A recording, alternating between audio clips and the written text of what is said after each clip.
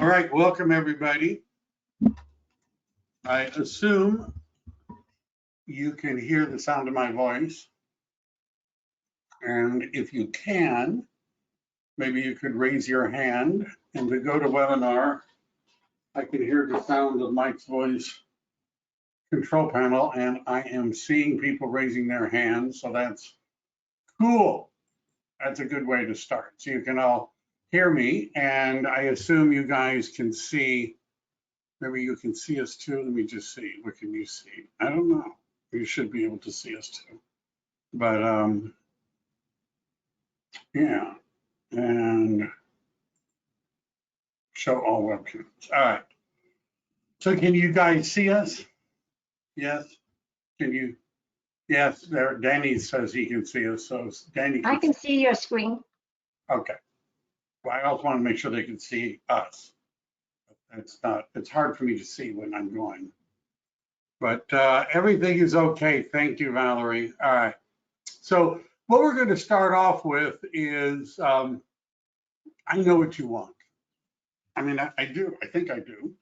Right? You guys will be the judge of whether or not I really know what you want. I know why you're here, right? Because it's related to what you want. And what you want is, let me just say, what you want is listings, right? How many of you want listings? You don't want to work with buyers because even though the market is soft, you still may have to write a bunch of offers and it takes time, and listings are a lot easier, right? You know, you can only work with a handful of buyers at any given time. I've had as many as 15 listings at one time and it didn't kill me, right? You can have a lot of listings. So everybody wants listings, isn't that right? Isn't that why you're here? In addition, I'll bet most of you would rather have listings in a high price point rather than a low price point, right? I'm just going out on a limb. Why sell a bunch of $600,000, $800,000, $1,000 properties when you could sell 2 million, 3 million, 4 million, make a whole lot more money, a lot less work? Hey, that sounds good to me, right? So you want listings, you want it to be in the high price point. You also want a full commission. Right, none of this discounting. My time is really valuable. You know, I want 6%, 5.5%, 5%. Don't want to go any lower than that. Right? You want a full commission. You also might want whatever you're doing that's going to produce listings in a high price point with a full commission, something that works really quickly. Right? You know, you've got board dues and you're paying the MLS, and you know, you don't want to wait, right, for things to start to come back. Something that'll work, preferably in a week or two. That sounds really good to me. And finally, you might want it to be cheap, right? This isn't finally, but cheap. Preferably a system that'll get listings at a high price point with a full commission really quickly, preferably that doesn't cost anything at all. Right? Or if it costs something, it shouldn't cost very much, something really, really cheap. And finally, we'd like it to be easy, right? Where you don't have to put in a lot of effort. It doesn't take a lot of time. You know, you can do it a little bit every day and you'll produce these results, right? Am I close? Anybody, right? Am I close to what you might want? And first of all, I want you to know I don't have what you want, right? I don't have the system that's going to do that, which is why I invited Lynn Dang from Chicago Title to join me today, because she'll explain, well, that may be putting a little too much pressure. So how about this? Neither of us, I'll bet neither of us have what you want, right? We don't have the system where you're going to get listings at a high price point and a high commission, quick, cheap, and easy, right? We don't. And if we did, right, there's a really good chance we wouldn't be talking to any of you today, right? We would be, I don't know, I'd be on a beach someplace, probably, you know, just relax, just chilling. But if you're willing to work and you do want listings, then one of the ways in which you can get listings is through something called farming. Now, there's a copy of this, a PDF, that is in the handout section. If you can't get to it, I'll share it with you a little bit later. Those of you that are on my team, in my group, already have access to this. But when we talk about farming, if you made a list, right, how many ways are there for me to get listings? Well, number one, right, and by the way, the number one way when the National Association of Realtors asks buyers and sellers, let's talk about sellers, how did you meet your agent? Number one reason, number one way they say was it was a family, friend, coworker, or a referral from a family, friend, coworker. That's number one, right? Number one is sphere of influence. What is the number two way in which agents get listings according to the National Association of Realtors annual survey? Number two is repeat clients. In fact, one way to get listings is to sell a lot of houses to buyers, do a good job, and follow up. There's an agent who was speaking at one of the offices that I used to work at, who became the top agent in the office. But I was her original sponsor, coach, and mentor. And I know she worked with buyers until pretty soon the buyers start to become sellers, and it's a way of getting listings. How about brand new agents? We're going to talk about that. But so brand new agents, first of all, we'll get into that. But if you're talking about one way of getting listings is to do an effective job with buyers, follow up with them, and eventually they're going to sell the house. Now that works, and it works even if you're brand new. However, that takes time, right? But some of this also does. Why is what we're talking about called farming.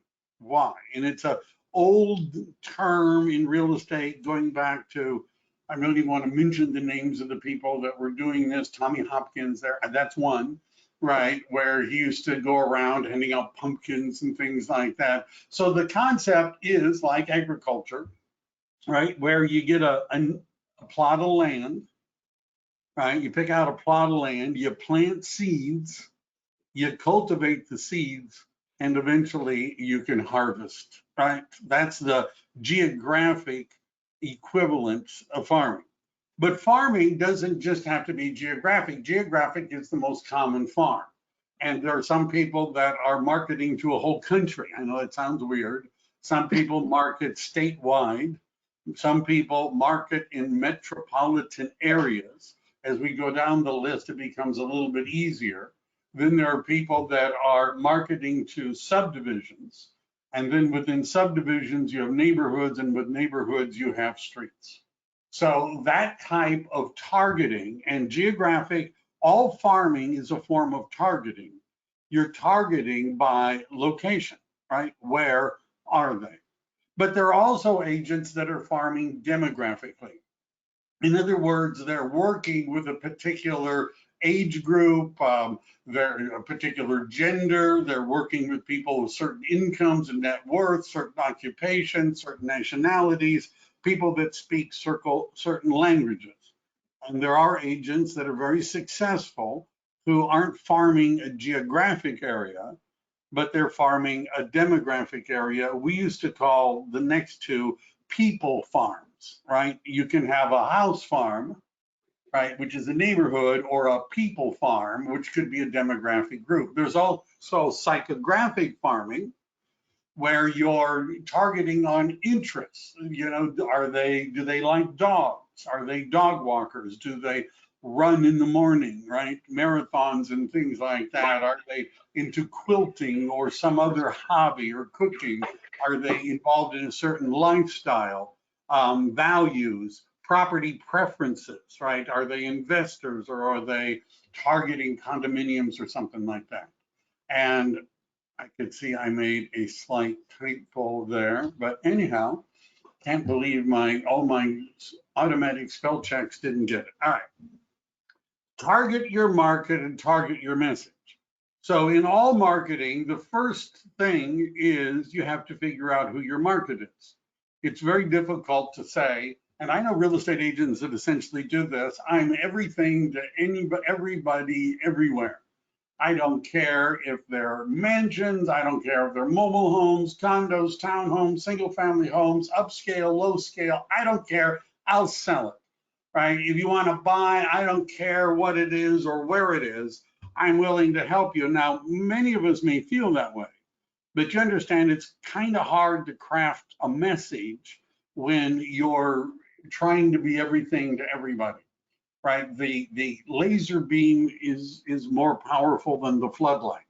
So you need to figure out what your market is, target the market, and then target your message to the market. Why far? Well, let's say you're selling a house at $1 million price point. Now, some of you that are listening to this are in markets where that's high, and some of you are in markets, this may seem hard for the first group to believe, where $1 million is, well, pretty low. In Santa Clara County, the median price is about 1.6. The average price of a single family home is around 2. But anyhow, we're using a cheap starter home, $1 million, and let's say it's 2.5% commission. Well, that's $25,000 in gross commission. Now, whether or not families are moving every 10 years will depend on what kind of property. So for example, agents that say, well, I want to work the luxury market, I want to start at the top, that's for me. You need to understand that those properties do not turn over at the same rate that condos and townhomes and starter homes do. So one of the things you're going to need to know is what is the annual turnover rate in a particular area? Well, if there were 500 homes and there was a 10%, if people move every 10 years, it means on average, 10% of the people are moving every year. That would be 50 possible listings. Now, if you're asking the question, well, if I really did everything and I worked hard and I marketed hard, what would I likely get as market share? Well, let's start with 10%, right? If you got 1 out of 10 of the properties, then that would be 10%, which would be 5 listings, which at a $25,000 gross commission would be $125,000 in gross income. The goal, of course, is to move from 5 to 10 to 15 to 20, at which point you're getting a lot more money, $250,000. Now, depending upon your farm, and one of the issues that I have, if you start with the high end, it's hard, right? Because number one, other agents, you have more competition. Other agents have thought of this too, right? So the luxury home market, they're being hammered by every agent because it costs the same to do a mailing to a luxury home as it does to a starter home. So there's more competition. There's also less turnover in the higher income markets, much less turnover because people are going to be there for more than 10 years. And the other thing that I found is that in my career, when I was selling homes from people that were in the top half or top quarter of the market, they were all leaving. They were moving someplace else. And if I target people that are in the lower end of the market, condos, townhomes, and single family homes, many of them not only would sell their home, but they would buy another home in the area. And if we're targeting that group, and let's say a third of them were able to buy a home from us, you understand that is increasing the amount of commission we're going to get. And usually when people sell a house, the one they buy is more expensive than the one they sold, right? Now, in the olden days, I used to use a 50% ratio. Usually when people were selling the townhome, they were buying something 50% more. Sometimes that's still true today, but you understand if it goes up a third, then they're selling the $1 million home, they're buying a $1.3 million home. And if you get 2.5% on that, well, that's $32,000 in commission. And when you add those two together, right, the income from the listings compared to and adding that to the income from representing the buyers, you're starting to make, well, serious money, right? Would everybody agree, right? that would be serious money. At 10%, it would be 157,000. At 20%, 347,000. And the thing about farming is that it gets easier the more you do it. I can remember starting a farm.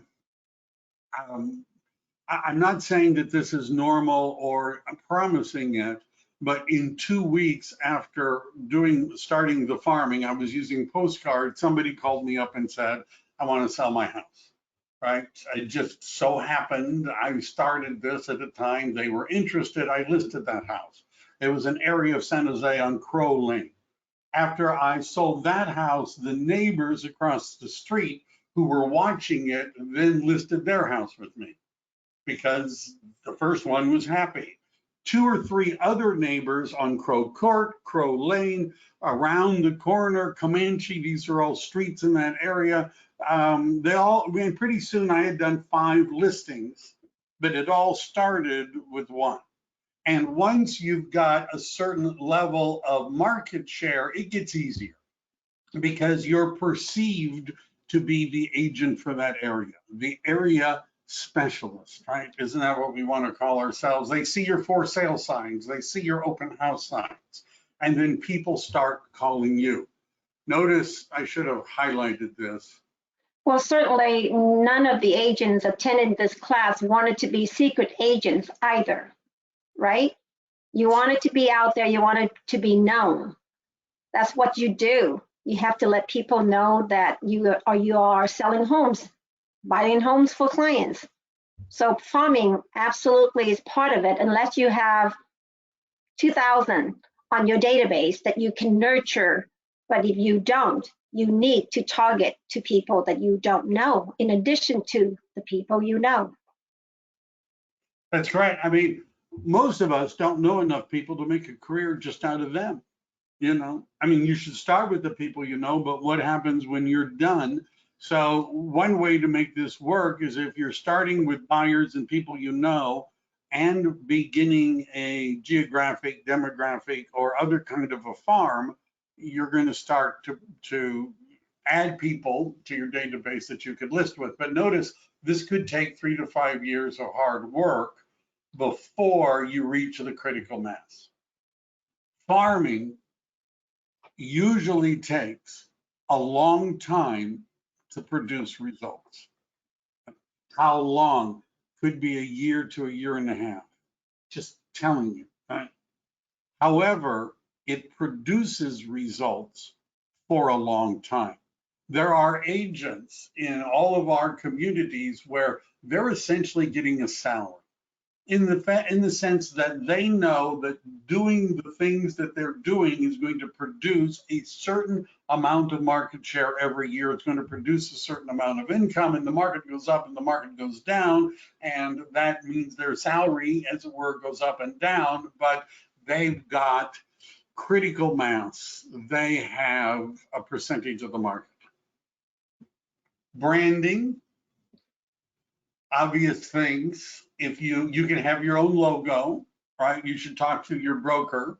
You might need to talk to the Department of Real Estate. The California Association of Realtors has some of the DRE guidelines, but you might want to have your own logo, a professional photograph, right? Some people like to have fun with that. Sometimes we can go too far. I can remember seeing an ad for an agent. I mean, I don't really know if I should. So anyhow, there was this husband and wife team. And when they were marketing, they were farming. The picture they used were the 2 of them standing back to back, looking away from each other. The guy is wearing a tuxedo and the woman is wearing like a black cocktail dress. They're wearing dark sunglasses and holding up pistols. I'm not kidding. And their slogan was that they were the 007 team and licensed to sell. I would skip all of that. Just my suggestion. Right. Professional headshot, a basic color scheme, because in marketing, particularly in the kind of marketing that we're doing, we're doing repetition, right? We're doing repetition to where people can think of, if I asked you, name a brand of potato chip, right? Most of you could think of one. How about a second? You could probably think of a second one, a third. Now, what you'll notice if you start to try to name potato chips as quickly as possible, you're going to kind of run out of steam after 2 or 3, if you can get that far. Now, if somebody gave you time and a piece of paper and a pencil and said, write down the names of every one, the potato chip brand you could think of, you could probably come up with a lot more. Now, where I'm going with this is that we need to be at the top of somebody's mind. So when they're thinking about doing something, they don't think of us as second or third or fourth or fifth, because they're not going to get that far. We need to be first. And by using a consistent branding, consistent colors, even if they're throwing away our stuff, they know it's our stuff while they're throwing it away. And it still makes an impression. Also, your tone and style should sound, do you want to be professional, right? Casual, affluent. And by the way, that might affect your market. I've worked in markets where showing up wearing an expensive suit would not have helped me. That was not consistent with the people I was talking to, right? Other markets that might be consistent, right? You need to change your tone and style. So choosing a neighborhood, getting a list.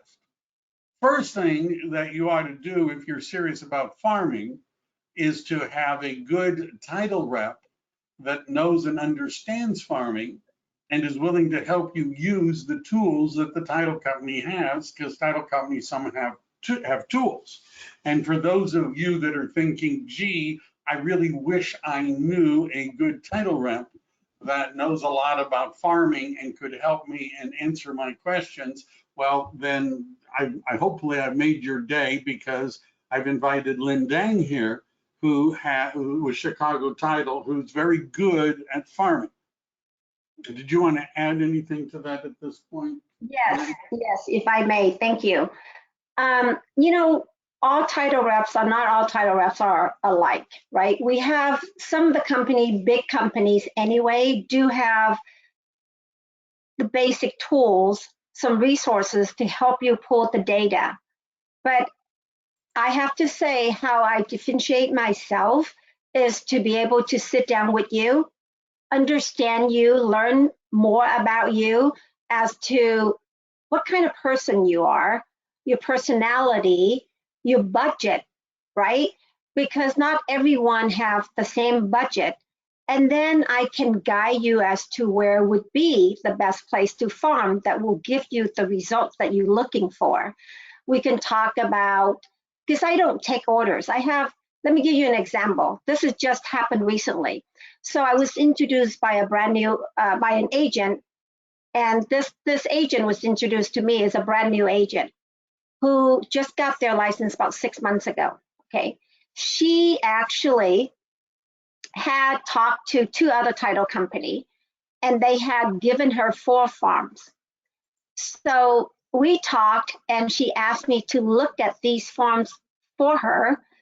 She actually had over 2,000 records to farm, and her budget is very limited. So all she can do is door knocking. So door knocking 2,000 consistently is not reasonable. It doesn't make sense to do so. So I analyzed those farms. We actually, with what we went through, I looked into turnover rate, we have discussions, we came up the right farm, and she eliminated the other 2 farms. So what I'm trying to say is that that's where I come in. As I sit down with you, I go over everything. We talk about your neighborhood, where you have the knowledge. We talk about content. We talk about layer of marketing. We talk about providing value data, value information where your consumers, where your targets are looking forward to get your marketing piece every month. All that is part of marketing. is providing you the results. So that's what I'm here for. All right, thank you. And so I'm going to go through an example of a process, right? Now, there's different ways of doing it. One way is that you could start by talking to Lynn and explain kind of what you're looking for and what you want. And she could help you find places in your area that kind of fit what you're looking for. But if you decided, once you've decided where you want to farm. Now, in making that decision, I would be thinking about turnover rate, I'd be thinking about competition. Once you've made the decision, the next question is you have to get a list of the people that are there so that you can market to them.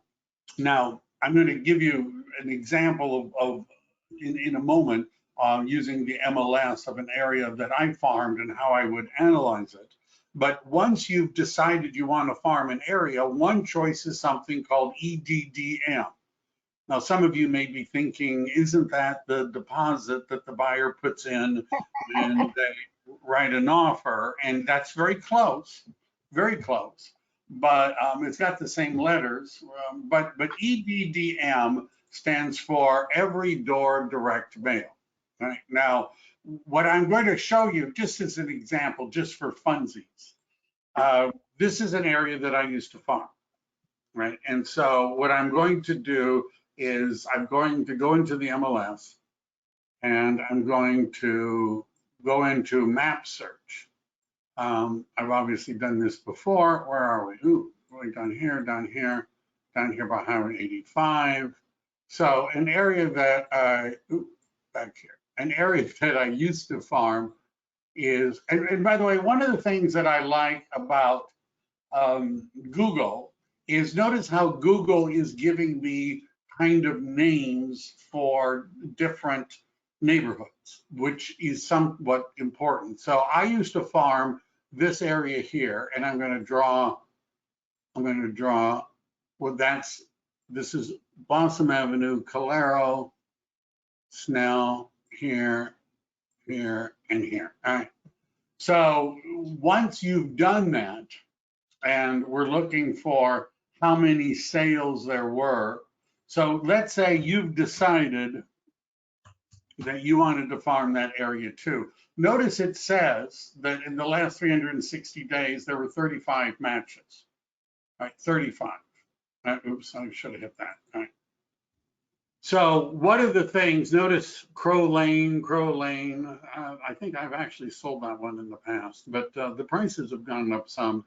But you'll see here are the number of properties active that have sold in the last 360 days. Well, now what I would need to know is, if I were looking at the map, is how many, in order to do turnover, I'm going to need to know how many units are there in that particular area, right? I'm going to need to know that. And the easiest way to know that is to talk to Lynn and come up with an area, because her software will tell you exactly how many are there. Now, if you're saying I want to do this on a Sunday night and I want to do it yourself, most of you have access to a program called RealList, which goes through the MLS. It would do the same thing, but it's something else you need to learn how to do. Now, if I were going to be using every door direct mail, just giving you an example here, and I'm going to just show you what that looks like. So I'm finding the zip code where that farm is in. So every door direct mail, and then it's not showing up. Well, that's just peachy.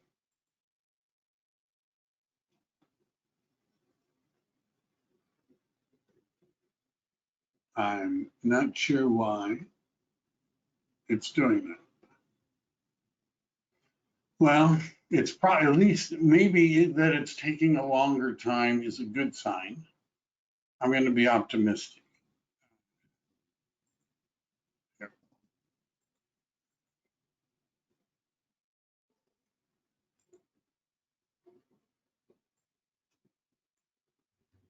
So while Mike is doing that, um, I have systems that can look for turnover rate in any farm that you are thinking of farming.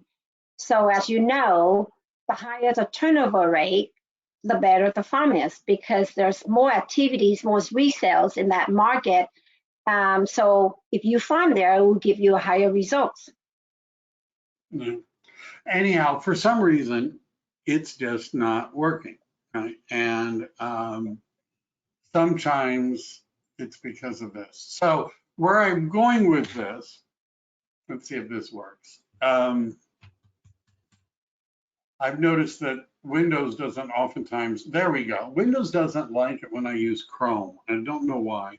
So here, this will show you what I'm going. So this is every door direct mail. Now, for some of you, this is the area right here that I was farming, right? This is the same area. Now, the thing about every door direct mail, notice when I highlight things, it comes up with, it highlights the different streets. Notice how weird some of them look, right? So, like, look at this one here. You can see it's in that block, but then it goes over. They look like, gerrymandered, congressional districts, right? They're weird. And the thing about every door direct mail is it's cheaper in that the postage is generally a lot less. I forget what it is right now. I'd have to do the arithmetic, but last time I looked, it was about 19 cents for the postage. Right, So something like that. So EDDM, number one, cheaper for postage. That's a plus. Number two, you're not really limited very much by the size of the marketing piece. If you are going to send out a mini postcard, right, you get a special postage rate. Probably not as low as 19 cents, but you only get a little tiny postcard. A jumbo postcard, you're back to full, postage, but you're limited still by the size of the piece of paper. For those of you that have been getting all these political and campaign, things in your mail, and some of them are great big things, those are usually sent by EDDM. So you could actually have something bigger than 8.5 by 11. You could have a large size, two-sided marketing piece, and it's got cheap postage. Those are the pluses of EDDM, right? Cheap postage, big marketing pieces. The downside of EDDM is, number one, it has to go to everyone within that carrier group, whether they are bought last week, last year, whatever. And you can break it down by residential versus commercial, but every residential is going to get that if you pick residential only, right? If you only want residential. And you see, to send to, there's 434, and to send it would cost $94.60, right? Which is better, right? There we go. So you have to send it to everybody, right? You can't be selective. Everybody gets it. Number two, it's based upon the carrier route, not the geographic area that you've picked.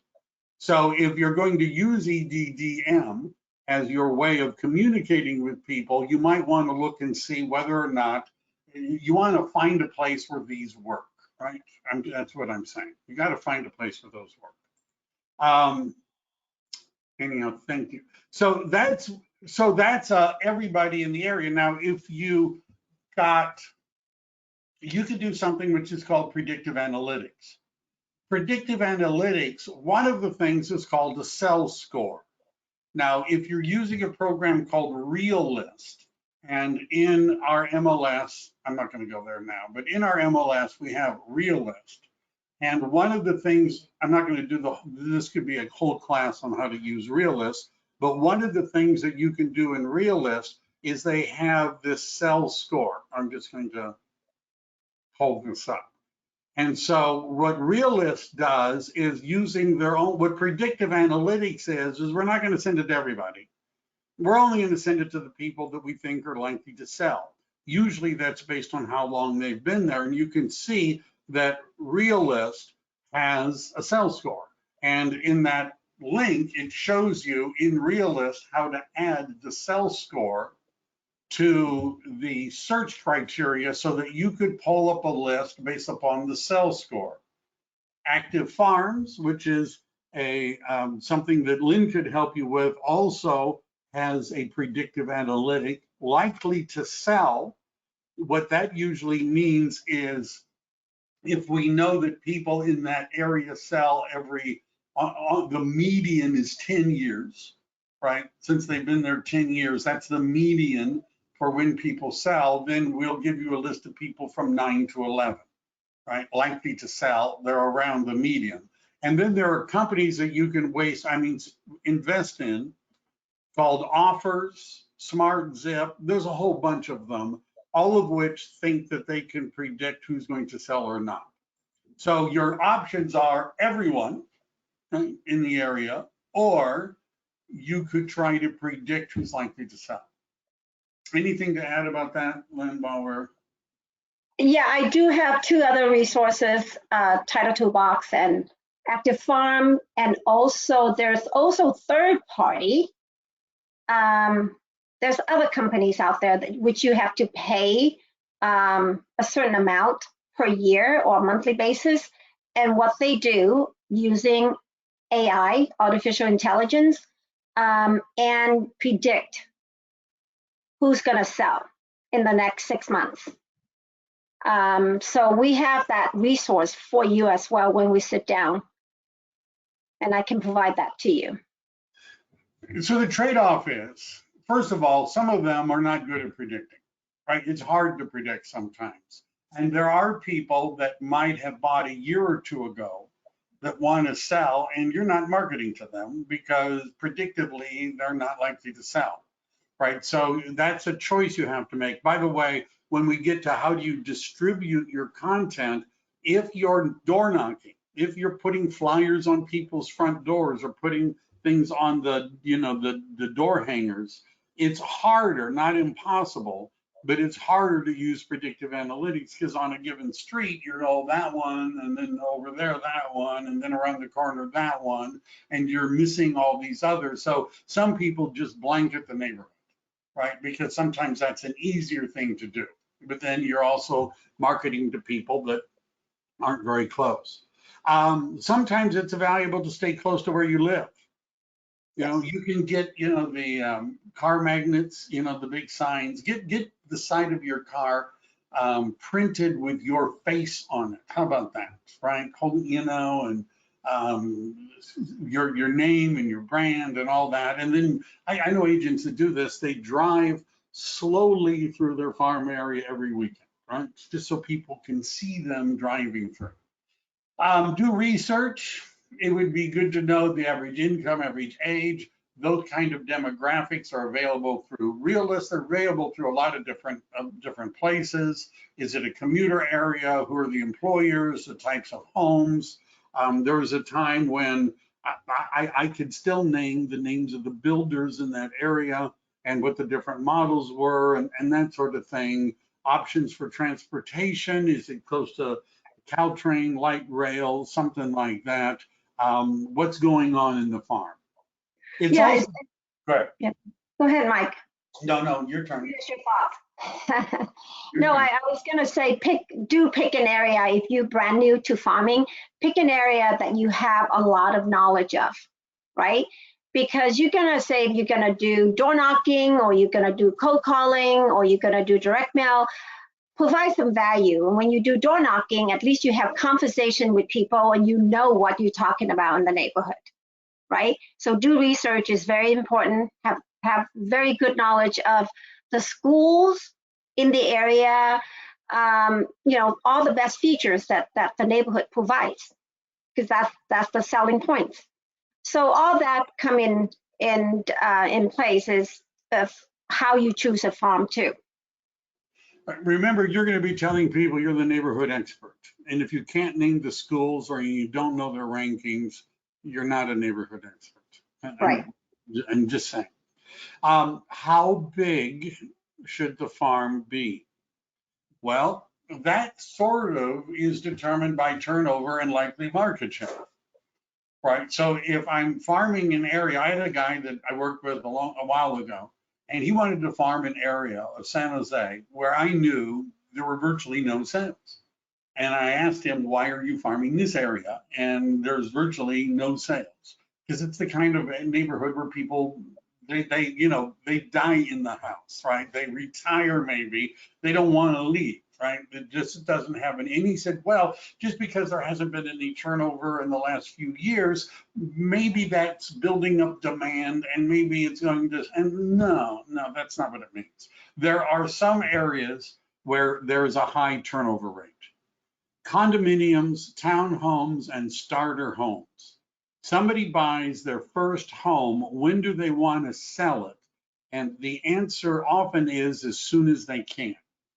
As you move up, turnover goes down.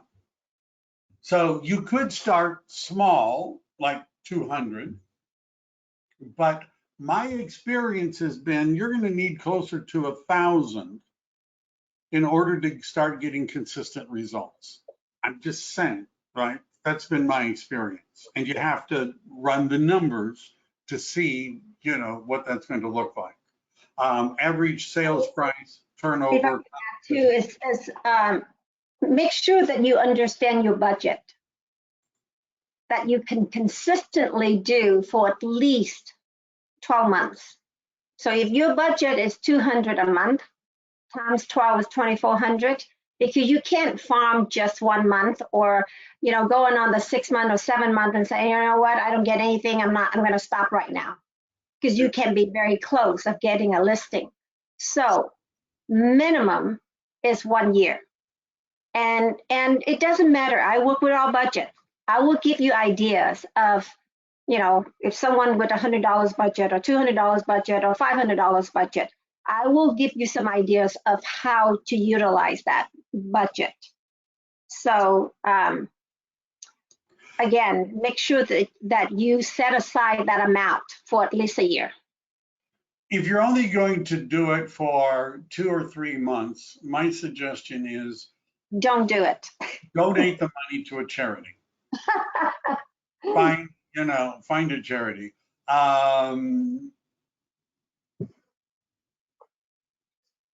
So we'll, Tracy, we'll get to that maybe later. All right. So, all right. So this is an example. Remember, I showed you an area that I used to farm. Here, I ran everything that's happened in the last year. One of the things you're going to want to look at is, and I'm going to right click, not left click, right click somewhere in the fields of the display, and I'm going to click on insert column. I have fancier ways of doing this, but this is this is the easiest way to do it. And I'm going to scroll down and I'm going to pick listing agent full name and I'm going to click apply. Now, what's happened since I've done that is that the MLS has automatically added in the names of the listing agents. I see a couple I recognize. And what I'm going to do is click on that, and that means I'm sorting by the name of the listing agent, and then I'm going to scroll down and take a look at it. Now, can everybody see there's something about this particular farm that jumps out at me? Can you see it, Lynn? What jumps out looking at this list? The dominant agent for the market area. There isn't one. No one. Right. Has more than, there's no only, one. I think, was this one guy have 2 listings or 2? These are just listings, I think. But okay. I didn't see one name twice. Ryan? Well, maybe there is one. Is there one? Well, anyhow. So is there one I didn't see the person with 2, but anyhow. The point is, I may just not be, able to see, but notice that you don't see one agent's name over and over and over and over again. right? What you see when I'm looking at this is I don't see anybody with two, right? I think Lynn says she does, but I don't know who that is. I thought I saw Myron. No, Myron only has one. I Okay, sort, so it's all sorted by name. So, okay. go ahead. No, I was not gonna say anything. So, well, then, You are correct then, yeah. right. There's So no designated agent. no one has two listings in the last year in that. What does that tell you about that area? And to me, what it's saying is no one is aggressively or successfully farming that area. No one's farming the area. How do I know that? Because nobody has two listings. Now, if we keep looking around, and by the way, one of the things that you could do if you want to see it is that if you look at the top listing agents in your area, you can search the MLS by their DRE number and find their listings, and you can map them. And when you click on map, it'll show you where their listings are in the area, and you'll see clumps, right? Most of the time, top listing agents are farming geographic areas and they have clumps. So what I would be thinking about is finding an area where there isn't a dominant one or two agents in the area. That doesn't mean you can't be successful. But if over another block or two, you have the same kind of houses and the same price point, and it doesn't look like anybody is farming that area, why not go there, right? It's just a thought that I have. Why not go there? So you want to look at competition. That's what I'm looking at. Sales price and turnover rate. Now, the tools that Lynn has will give you turnover and things like that. My suggestion is always run the MLS as well. Because, and yeah, I've heard, well, if it's a for sale by owner, you could have listed it. So it's actually part of the market and we're going to count it as turnover. I'm not going there. If it didn't get listed in the MLS, I'm not counting it as a sale. That's a smaller number. I want the turnover rate to show how many MLS listings came in that area. And then I'm going to compare that to the number of single family homes, if that's what I'm looking at in the area. And then I'm going to look at competition to see, is there somebody who's already a dominant agent? Become the expert. You need to know all this stuff. Some of this we've already covered. You can target it on your website. Those of you that are EXP know that it's very easy to create community sites, standalone pages about a community. You can add videos. You can do a lot, right? You can add videos. You can have market updates, what's going on in the market, community events, and things like that. Becoming active on online communities. I should have put in TikTok as well, and Instagram. This wasn't a complete list, but how about that? Gram and TikTok. There's also Neighborhood Link, Nextdoor, other community sites. The more and there's an up and down side to Nextdoor, but anyhow. Flyers, farming postcards. So how are you going to get your message to the people? Well, you could try calling them on the phone, but we don't usually have all their phone numbers. You could try emailing them. Both of those require an investment in order to get them, but we have oftentimes fewer emails. You could knock on the door and hand it to them. You could leave it on the front door. You could mail it to them, or you could do a bunch of different things. And you want to have consistent branding, and you want just listed, just sold, what's happening in the market. Those are the three most likely to produce results. Now, if you're saying, how can I do a just listed and a just sold if I didn't just list or just sell? One of the advantages at EXP, for example, is that we're one broker for the state of California. So I would at least be using the ones our brokerage has listed and sold in the area. And even if it isn't exactly in your farm, if your brokerage has done something close by, so it's like a similar area, not too far away, do that as well. Market updates. There's a lot of videos on my YouTube channel. For those of you that don't subscribe, it's Upthink Real Estate. Be sure to subscribe and to click the bell so you're notified. And you see there are videos of me making market updates using MLS software. Not that difficult to do. And there's automation. And some of the automation, this is not a complete list. Right? I'm sure that Lynn knows more. Nosy Neighbor is an inside real estate, which is behind KV Core, which is one of the programs used by EXP, where they'll do automated social media and postcards using predictive analytics. There's CoreFact. Which ones have I mean, I wasn't trying to do. CoreFact, yeah. CoreFact is one of the more popular ones, and they have all sorts of different kinds of, well, they have A-frames. I should check out their price. Notice they even will do a market update, and they'll run the numbers for you, right? You could be a do-it-yourselfer where you figure out what's going, which you ought to know, by the way, figure out what's going on in the neighborhood. You could let CoreFact do it as well. Prospect Plus is another one of many companies that have automated farming systems. CoreFact is probably better.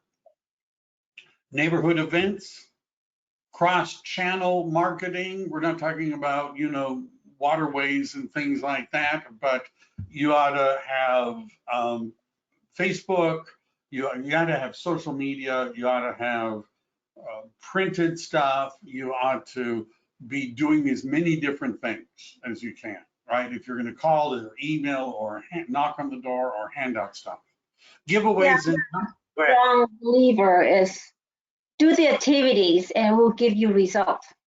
When you do nothing, it will get you nothing, as you know. Yeah. So do the activities. Remember that we were looking for something easy that didn't cost anything and work right away. It doesn't exist. Doesn't exist. Be confident, keep doing it, stick with it, be consistent, reach out frequently. Think of it as networking, not sales. When you have an open house, you make a big deal. I used to put up like 20 open house signs when I got a listing in my farm. Once you get a listing in your farm, and let me just say this, somebody in your farm responds to your marketing, you're going to want to take that listing no matter what. This is my opinion. I don't care if they want to overprice it. I don't care if they want to under commission it. I would do whatever I needed to do to get that listing.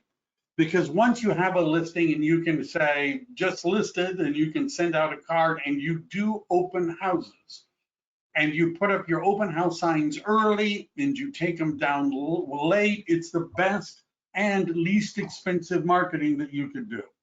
Make a big deal. And that's another class I'm going to do later on how to do an open house, including a special open house for a farm.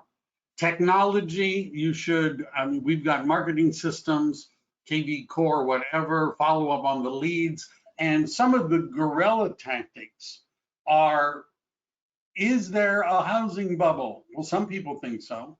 Is there, could the market crash? And those of you that are on my team have seen some of the example marketing pieces that I've put together that you could use, which is maybe you better sell now, right? Because inventory is rising and interest rates are going up and the bubble could burst. And the last time it happened, prices dropped by 27%, took 12 years to recover. Don't wait now.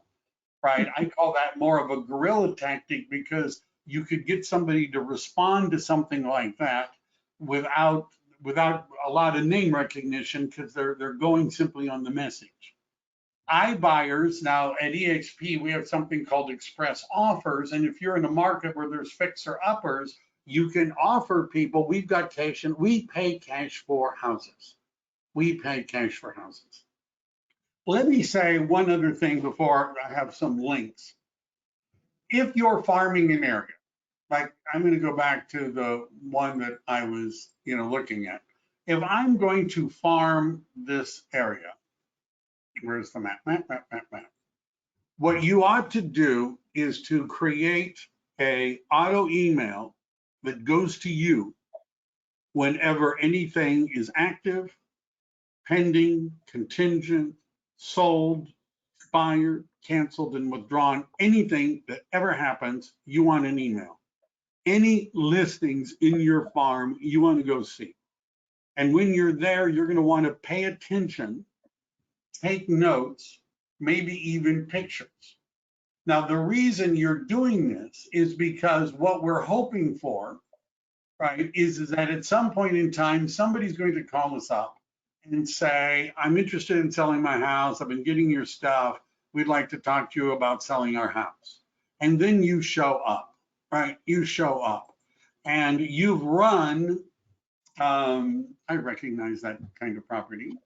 That might actually be one I sold. It looks very, anyhow, when you show up, you're going to run a CMA, right? You're going to run a CMA. The challenge is if you haven't been doing what I said, which is going every time there's a listing and taking pictures, if you're waiting until somebody says, I want to sell my home, and you show up with your CMA, you haven't seen any of the houses that are on your CMA. You haven't been inside any of them. Now, do you think that if you're a homeowner in a neighborhood and you're thinking of selling your home, might you go to the open houses that are being held by real estate agents in that neighborhood to check out the competition? That's why we like to do open houses, because we oftentimes meet sellers there. So the seller has oftentimes seen the other properties, but maybe you haven't. So you're at the house trying to fake market knowledge against someone who knows more about your market than you do. Does everybody see the calamity that could come from this, right? So, and I realize, remember, this is not necessarily easy, but you're going to want to go and look at every one of those houses so that when you're talking to the guy on Crow Lane, and that looks like a Pan Cal house, which is the name of the builder. They were built, I could tell by the configuration, they were built more recently. And down the street, by the way, the homes down the street from that, also on Crow Lane, are not built at the same time. Notice they don't look, that's a pyramid home, right? Notice how that home does not look like the other one on the same street, and that's because they were built at different times by different builders. So you show up to the more recent Pan Cal home, which is a higher end home, and your comps are older pyramid homes. Yeah, they know, and you don't even know that, right? Because you just sort of ran it. You don't look like the neighborhood expert.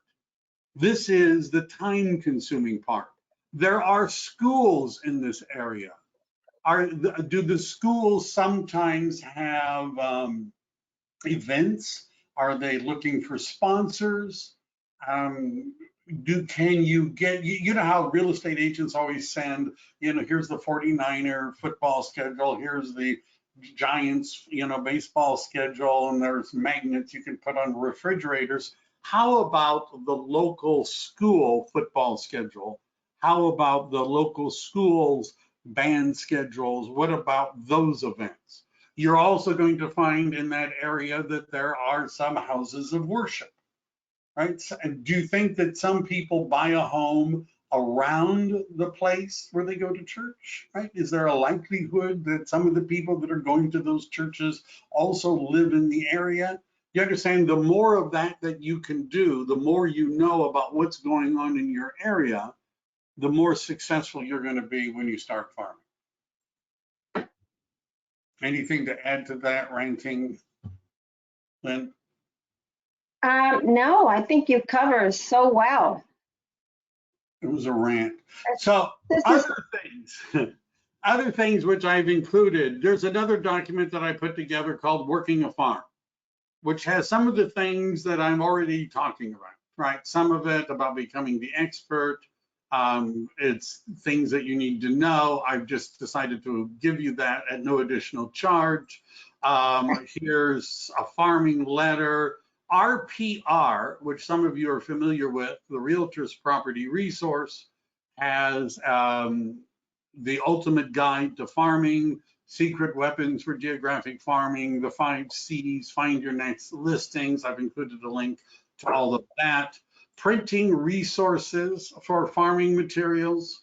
Again, no extra charge. Here's a bunch of the different companies that sell stuff, that do postcards and things like that. I just thought I'd give you that link. Business letter templates, Breakthrough Broker. Now, if you're at EXP, we have an upgraded system of Breakthrough Broker, but they've got, that one requires that you pay, but notice there's a section called Farming Letters, and there's some samples there that you can use. And for those contents in there, yeah. Yeah, go ahead. You talk about Breakthrough Broker. No, it's great content. They have so much scripts, templates for you. Just spend a little time, because basically investing in yourself, right? So data that title company provide you is data. What you're going to do with them, that's the most important. And part of it is you, right? So spend some time, make sure that your marketing piece has value when you send them out. Yeah. Don't let all this information overwhelm you. There's a lot of great information that Mike provided, but take some time, talk to us.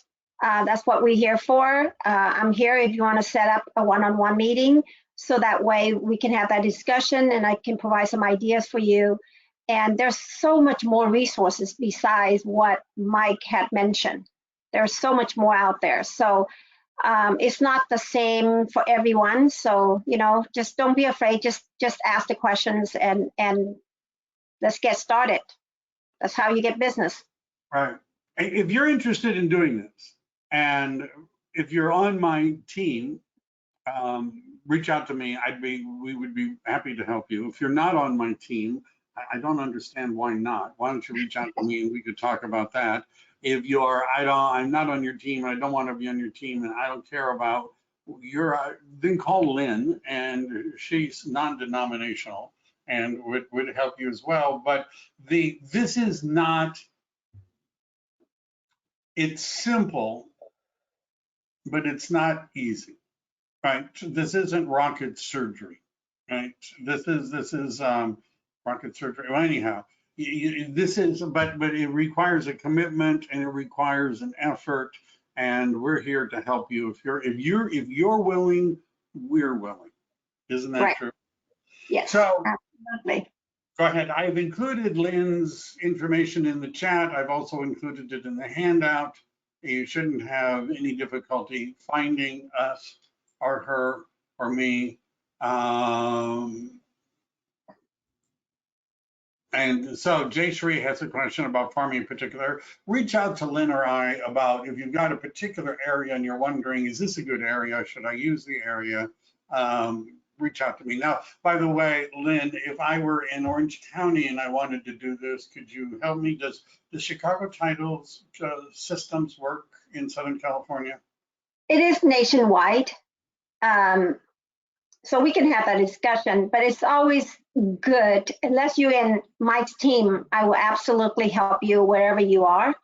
But if you are not, it may be best that I refer you to a Southern California rep. But if you are good working with us locally, because I'm looking for partnership, I don't looking for just one transaction, just so you know. So partnership meaning, right, that you help me, I help you. We build a team so that way I can help you to become successful with what you do. But I'm here. If you want to call and pick my brains and ask the questions, that's what I'm here for. So no problem at all. All right. Well, thank you very much, Lynn. I think we've exhausted most of the questions, or haven't been. Thank you for having me. They're not a questioning group. Reach out to either of us or both of us if you do have questions. If you'd like to make an appointment, like to talk about how to get more listings or anything about real estate, we'd be happy to talk to you. All right. Thank you, everybody. Have a great rest of your day. Be safe out there. Thank you. All right. Bye then. Bye.